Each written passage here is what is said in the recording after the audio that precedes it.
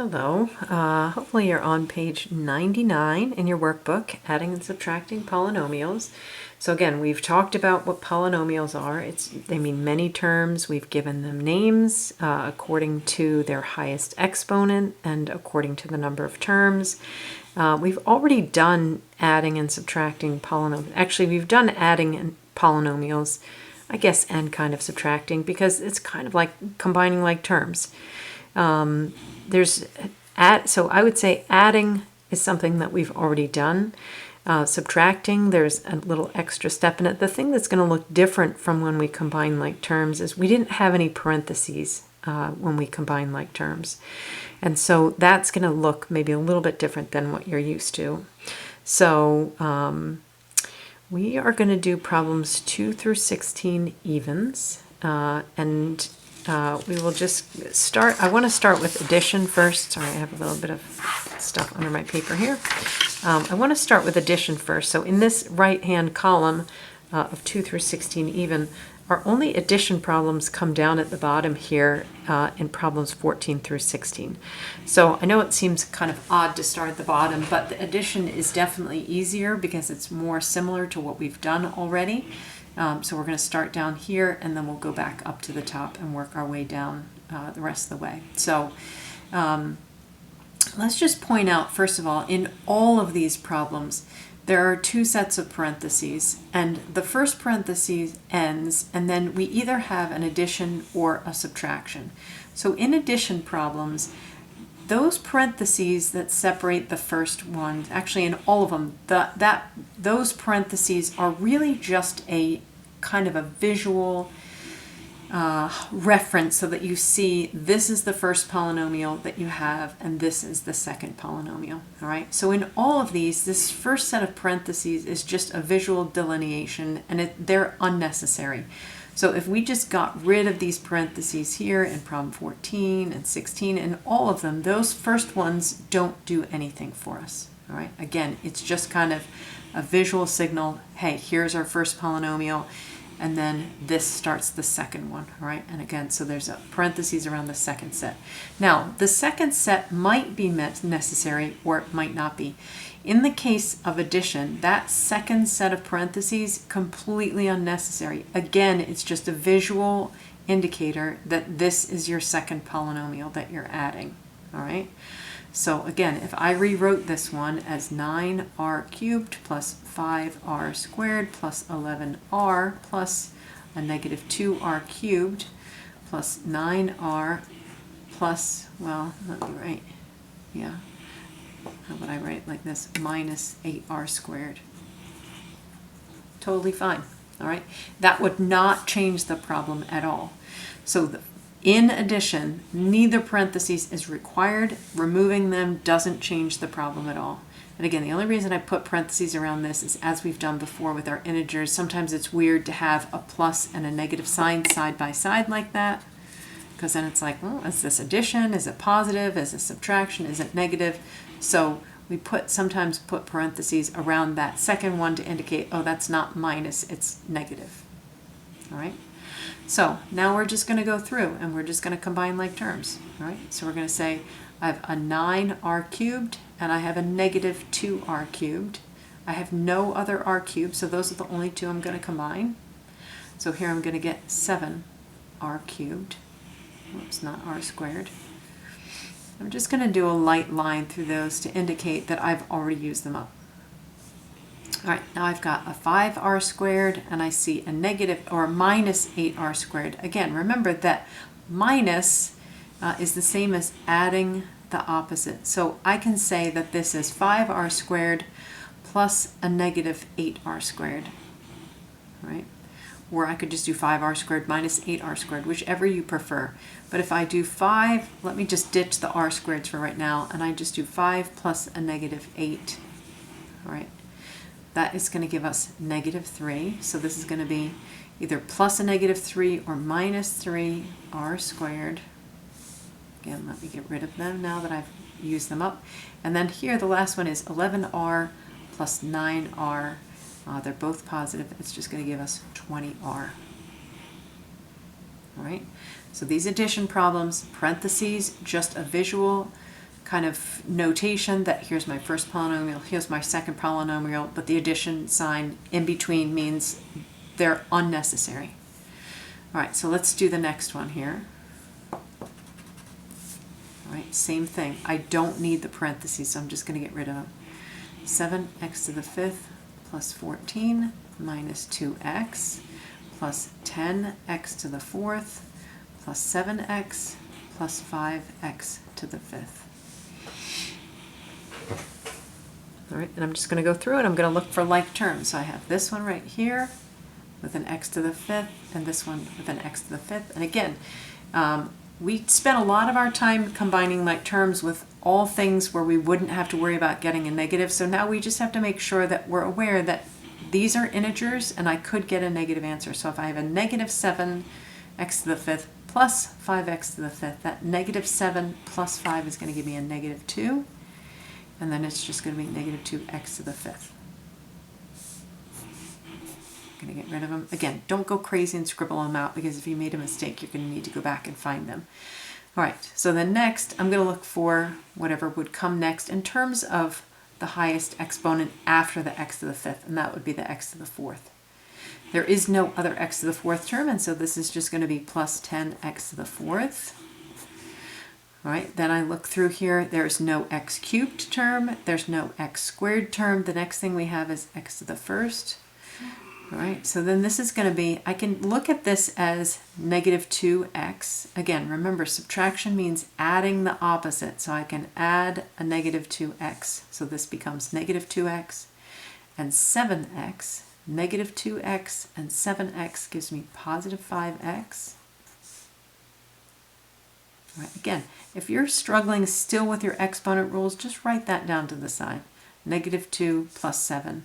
And then just say, oh yeah, that's positive 5. So then it's 5x. All right, these are gone now, and all that's left is a 14. So that would be our final answer. Again, maybe you did it in a different order if you were trying these on your own. Maybe you just went across and you had the x to the 5th term first, and then the constant term next, and then the x term next, and the x to the 4th term last. That's fine. Again, with addition here, it's commutative, so we could arrange the order. Just be careful here with subtraction that that term always carries that sign. So if you're going to rearrange them, don't switch this and like make this a negative 20r and a positive 3r squared. That sign to the left of this term has to come with it. All right. So I could rewrite this as 7r to the 3rd plus 20r minus 3r squared, but I just have to make sure that that sign stays with the 3r squared. Okay, hopefully you're feeling all right. Again, exactly like combining like terms, maybe the only not new thing, but just less familiar is that we have integer values here. So we could get signed things like negative, like we did in the last two. Whereas the worksheets that we've done before, we just always ended up with positives. Okay, let's go to the top of the page, and now let's start talking about subtraction. So I said before that the parentheses with addition are unnecessary, and that is true. And I also said the parentheses in the very first set is unnecessary no matter whether it's addition or subtraction. That's true. So this I could just write as a cubed minus 2a squared. But this subtraction makes these parentheses necessary. Remember, this is subtracting the whole thing, right? And so this parentheses is kind of just holding that negative sign back because it's not just minus 3a squared, it's minus this whole thing. All right, so let me just do something that might make this easier. Remember, we talked about like 6 minus 8 is the same thing as 6 plus a negative 8. Right? That subtraction is the same as adding the opposite. And for these, that is helpful for us to think. So I'm going to rewrite this as plus a negative. All right? So this is going to be plus, and in fact, not just negative, I'm going to write a negative 1 times that 3a squared minus 4a cubed.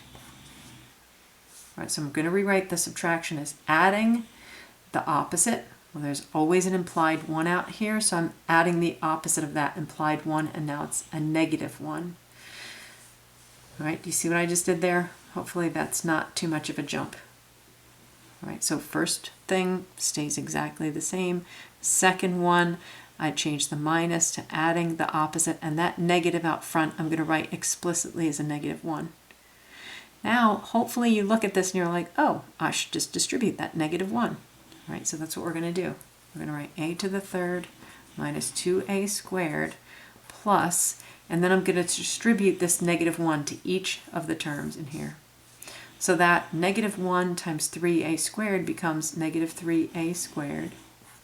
And that -1 times the -4a to the third becomes positive 4a to the third. And again, if you don't like that, if you look at that, you say, Mrs. Taylor, that is a minus sign, that's not a negative.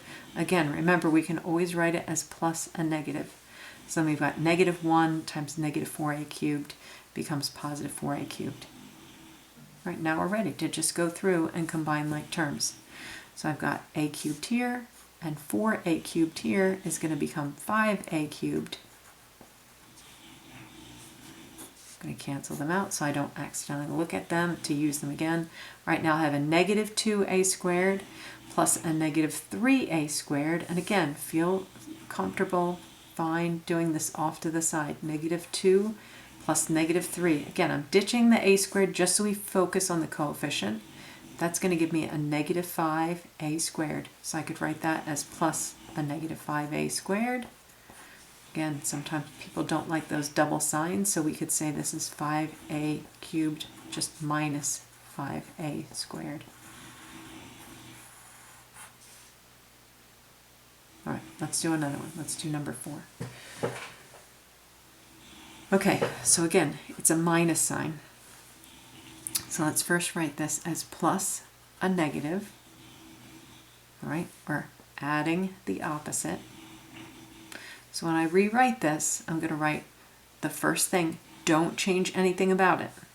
4n minus 3n cubed plus, and now again, I'm going to write this as a -1. That's what that is, because there's always an implied 1 outside of everything. Anything can be multiplied by 1 and not change it. But now I just change that to a -1. And then 3n cubed plus 4n. Now I'm going to take and I'm going to distribute that -1 to both terms in there. So 4n minus 3n cubed plus, and I've got -1 times positive 3n cubed. This is going to become -3n cubed. And then same thing here. -1 times 4n becomes plus a -4n. All right, now let me add things together. So I've got this 4n and this -4n.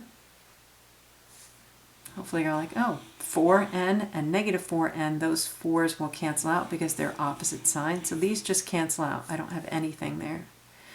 And then here, be careful, this is a -3n cubed and another -3n cubed. So -3 and another -3. That doesn't give us 0. Remember, this, the only reason this was a 0 here is because I had a positive and a negative. Here I have 2 negatives, so this becomes -6n cubed. And that's it. Okay, let's try this one. All right, again, I'm going to rewrite this. 4r cubed plus 3r to the 4th. Again, this is plus a negative. Now, I want to do one more like this, and then for the next 2, I'm going to change it up a little bit just to give you another way you could write it if you don't feel like writing this step in here. All right, so I'm going to write this as plus a -1 times r to the 4th minus 5r to the 3rd. All right, and then the next step, I'm going to distribute that -1. So I've got 4r cubed plus 3r to the 4th plus, now I've got a -1 times r to the 4th, so that's just going to give me -r to the 4th. If you want to write the -1 in front, you can, but you can just write negative. And then I've got -1 times -5r cubed. Again, it's because this is plus a negative. So -1 times -5 gives me positive 5r cubed. All right, now let's combine like terms. I've got 4r cubed and 5r cubed. Both are positive, so I just get 9r cubed. And then here I have 3r to the fourth. Again, remember this is always an implied 1 right there. So 3r to the fourth plus negative 1r to the fourth. So 3 plus a negative 1 should give us 2. So that's 2r to the fourth.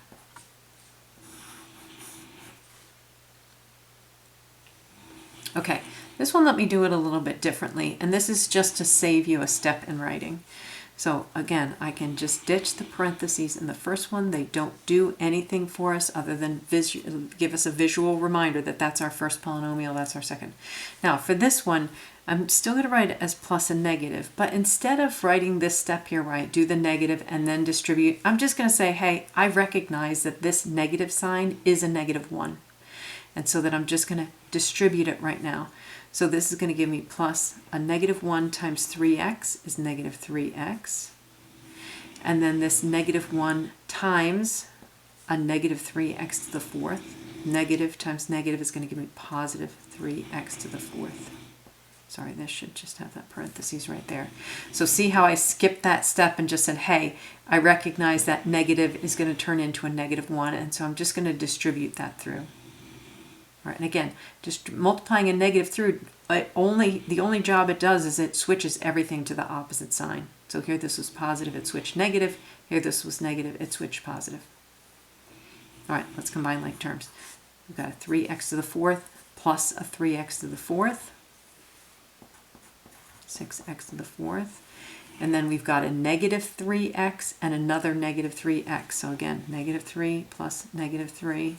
Hopefully you're feeling confident enough with your integers that you don't need to write this off to the side, but if you do, feel free to do that. That's negative 6x. So I'm going to write it as minus 6x, or again, you could write it as 6x to the fourth plus a negative 6x. I just think that's a little bit cleaner, although this one can be more useful maybe if we still had more combining to do. Okay, one more and then I'm going to let you do number 12 on your own. I just want to do one more shortcut here. Again, it's not really a shortcut, but all right, so I ditched the parentheses there. Again, before I've been changing this to a plus, a negative right there. Now I'm just going to say no. I know this is a negative 1 that's getting distributed through, and so now I'm just going to say negative times negative 6n to the fourth. All I'm going to do is say this negative sign is just like an on-off switch. It just changes everything to the opposite sign. So this is a negative 6n to the fourth. Now I'm going to make it a positive 6n to the fourth. This is a negative 3n. I'm going to make it a positive 3n. This is a negative 8n to the fifth. I'm going to make it a positive 8n to the fifth. All right, so this negative sign, all it does is it just changes the opposite sign to each of these things in here. All right, I go through. There is nothing to combine the 3 with, so I'll just write 3. Now I have a negative 6n to the fifth and a positive 8n to the fifth. That gives me positive 2n to the fifth. I have a negative 8n to the fourth and a positive 6n to the fourth. That negative 8 plus 6 gives me a negative 2n to the fourth. And then I just have plus 3n. And again, lots of different ways that you could rearrange it, but that's the way I chose to write it there. And I didn't box that in. Okay, so you're going to try number 12 on that. Okay, hopefully that was helpful to you. All right, bye.